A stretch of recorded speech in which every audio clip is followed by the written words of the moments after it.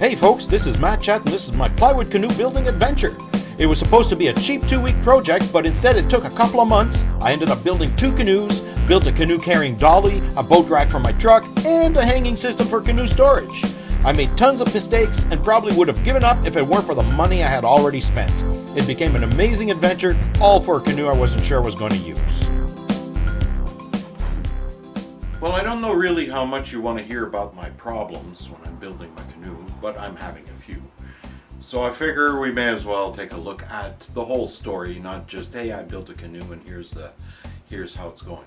So as you know, I decided to expand the canoe and make it a bigger canoe, and for that I used a formula to just go through every measurement that I had from the original plan and increase that by the amount from the formula.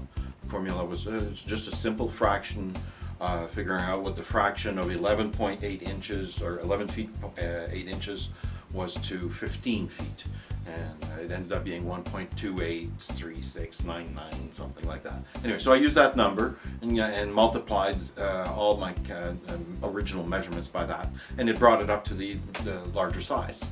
And then I drew this out on the sheet and it looked beautiful. And I also did a new improvement on the drawings, something I had learned from looking at some videos, which is made a small bead of wood that I could touch the nail, put in a few nails at each measurement point, and then put the bead along like that, and it would give me this beautiful curve. Anyways, I think this curve, this is what I'm thinking, the curve has done something to my measurements. Anyways, let me show you this problem that I've encountered.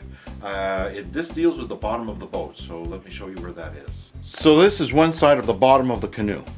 You see it's been glued over here, and that's the end piece over there. And as you follow it like this, okay, so it goes along, and there you are. There's a final additional piece. Now I'm going to move closer and we'll take a look at that now. So this is a piece that I had put together. I started gluing it here, and I still had some gluing to do, but for some reason I decided I may as well try to do it all together and connect it onto the longer central piece here. Well, you can see the problem right here. There's a difference in size between these two pieces. Now, in the original canoe, I don't recall this problem. It's about an inch and a quarter overall, maybe an inch and a quarter, but it's too big. I cannot have that gap, and it's almost unrecoverable, and I'm really not sure how to repair the problem. The best solution I have is not one that I'm fond of, but it is to tear apart the first canoe and use the bottom piece from the first canoe as a material that I can cut out 2 new pieces like this, but of the right size. And that way I can rebuild this piece.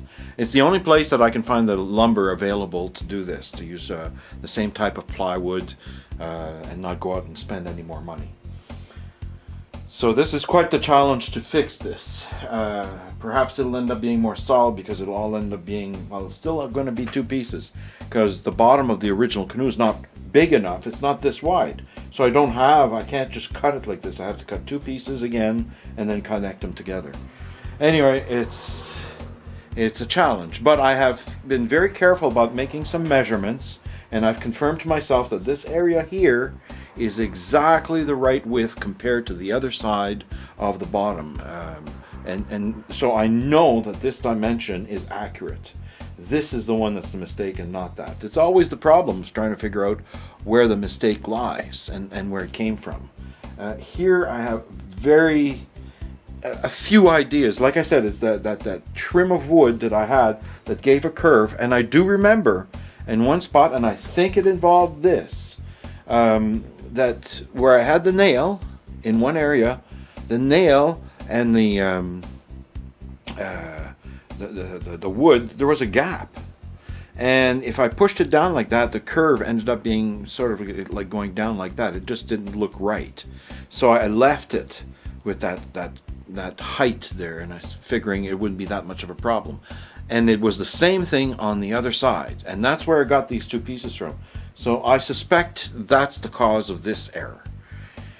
Anyway, so I'll have to go work on that, tear apart the other canoe, and try to fix things. I could, I guess, add another piece in the center here and widen this, but it just seems impossible. I've already glued the end. It's just going to be too much work, so I have to go get new pieces. Now let me show you the second mistake I've got. My second mistake comes on this piece here. It's 4 pieces in all, really. If you take a look at it lengthwise here, this is not quite the full length of the piece. There are 2 pieces. If I go over there, I take this piece here, okay, and it goes over here and attaches at the end of this, and that becomes the full length of this board. Quite long. The problem lies that this piece, when you compare it to the other one, it doesn't match up. It doesn't have exactly the same curve. Now I'm going to set it tight here, flush here. Let me show you the end over here. As you can see, there is this gap here that the curve just is not the same, and the width is not the same. This board starts off wide and comes down and narrows and then widens up again from end to end, you know, from the front of the canoe to the middle to the back, and it has that curve at the end, at both ends, but right here is sort of in the middle, and this really it just doesn't have the right, so I have to cut these down. I have to cut this piece down to match this. I have no choice. I can't expand on the piece, right? So I have to cut down to the size that makes it both the same. That's my goal, is to always have the curves the same. At the very least, I can say that they're going to be balanced on both sides. My worry is that by cutting these curves, because the problem isn't just here, it's also over in this area underneath. The other piece is completely differently placed as well, so I cut out more of the curve there, and it actually changes the curve. It's not quite as nice a curve as a result, and I worry that then it won't fit well with the bottom of the canoe, the bottom piece of plywood that I was showing you from the other side, which has the other mistake. So what I have to do here is I have to make them all the same. So that's what I'm working on right now. I'm using a belt sander, and I'm going through this and adjusting them all so that they all end up the same. And it's quite a process, because there are 4 pieces that I've got to deal with to get the exact same curves, and I have to make sure that the curves are the same on one side and the other. So it's a bit of a challenge. Anyway, I'm going to keep at it and see if I can get this thing to actually work.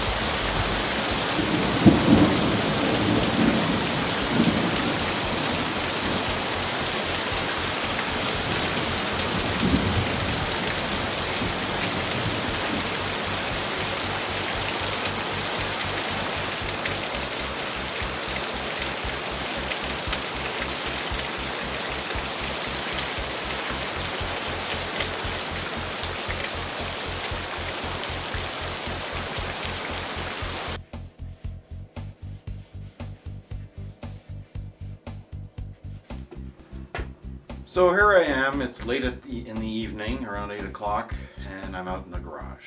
I just can't stop thinking about it. I want to move on to the next step, and since the next step is gluing, I figure may as well get it done tonight, and then it can dry overnight.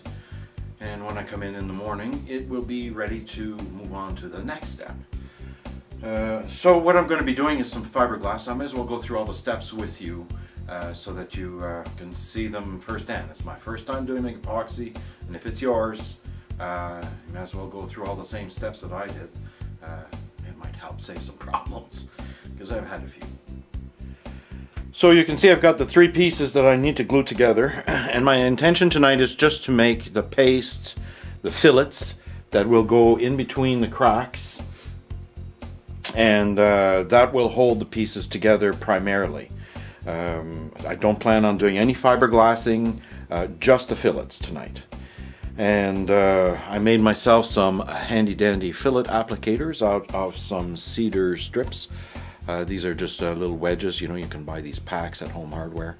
Anyways, I cut them up and made these little applicators so I could use them. They're easy to dispose. Before I started working on this, I sanded everything to make sure that there were no little pieces of wood there, or little junk on the edges that could cause any trouble. And again, let's not forget the wax paper. Must use wax paper. And even better than that, it's not just underneath, but on top as well. When you, if you put a weight over it, put some wax paper down first. It's worth the effort. That stuff, when it glues dry, man, you're in trouble if you don't have the paper.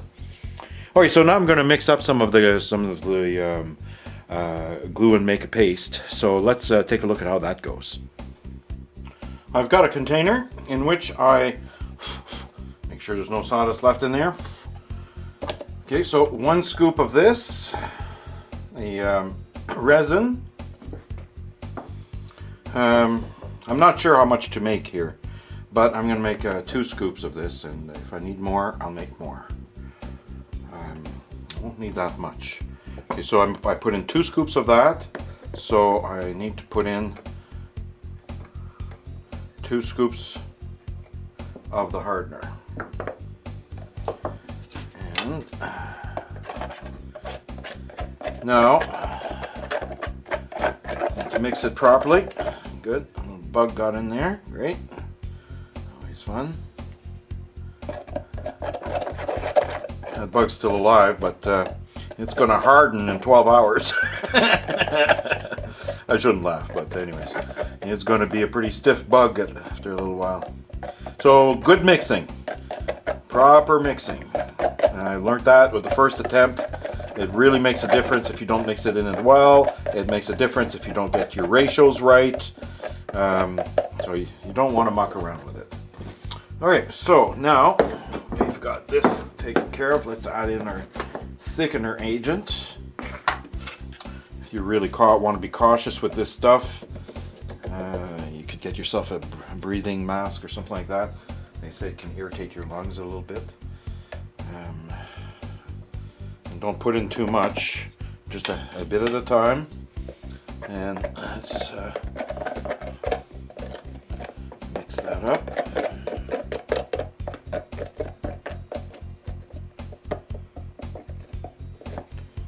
Not enough in there.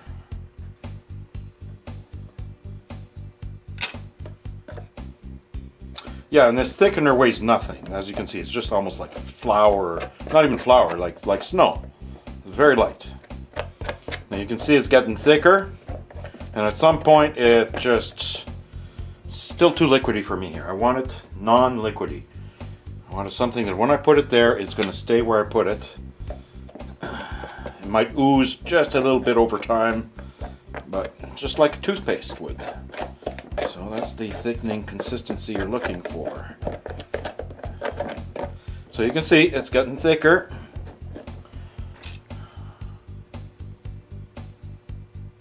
I think we're getting pretty close here.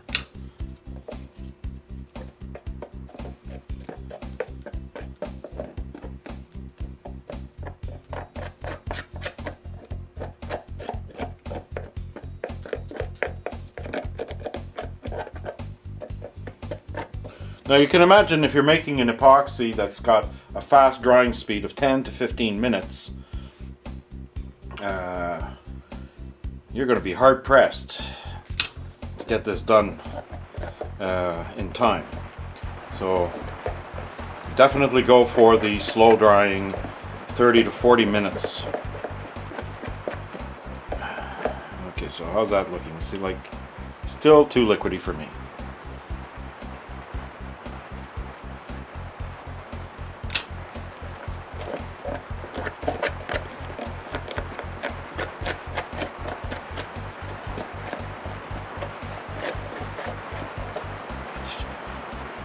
I don't know if you can see that. I shouldn't have done that. I could loosen more up in the air there. All sorts of dust. So I recommend you wearing a breathing mask. Don't do like I do. Now this is starting to look at that. See, that's really holding well. That's what I want right there.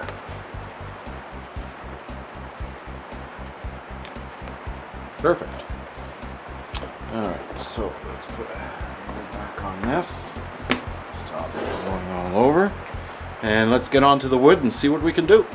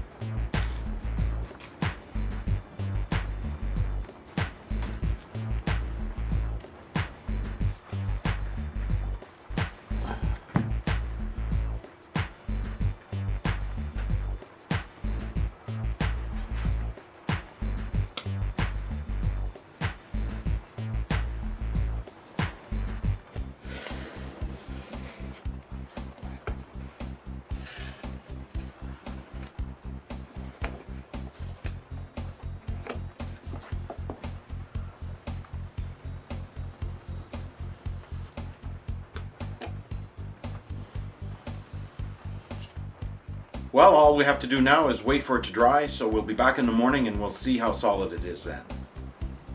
That's going to be it for this part of my canoe building adventures. I want to thank you for joining in, and I want to remind you not to forget to subscribe to my channel. Hopefully we'll find a lot of progress in the next episode. See you soon.